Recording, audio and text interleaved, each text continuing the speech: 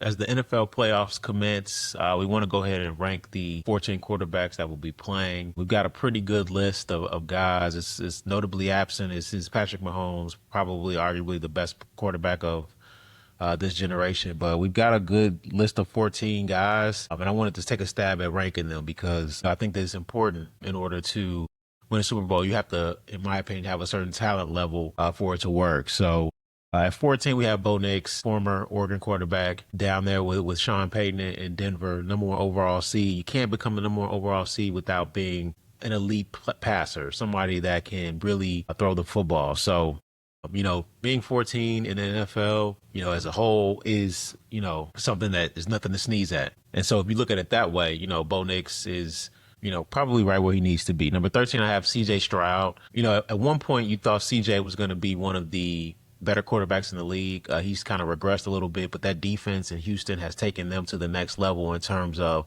being able to compete. If CJ just kind of plays the game as he's supposed to play it, kind of not mess up, throw interceptions, they have a chance to beat Pittsburgh in that first game and really maybe possibly make a run. Number 12, I have Aaron Rodgers.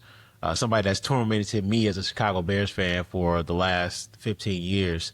But he's regressed a little bit. And, I think he could probably show flashes of what he used to be, at points during the playoffs, but I don't know if it's enough to kind of overtake that Houston defense and kind of take it to the next level. But he is playing, at a decently level at his age. And that's why I have him at 12. Number 11, I have Brock Purdy. His last couple games, especially against the Bears, he kind of showed what he could be in that Kyle Shanahan system.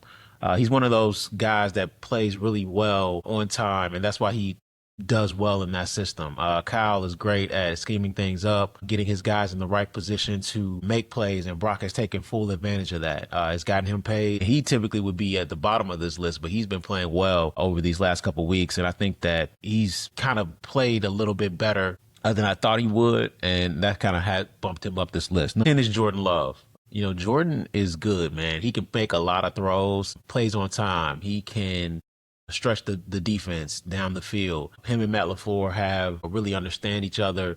Those years he sat behind Aaron Rodgers really prepared him to take over as the starting quarterback of the Packers. And, he's played really, really well.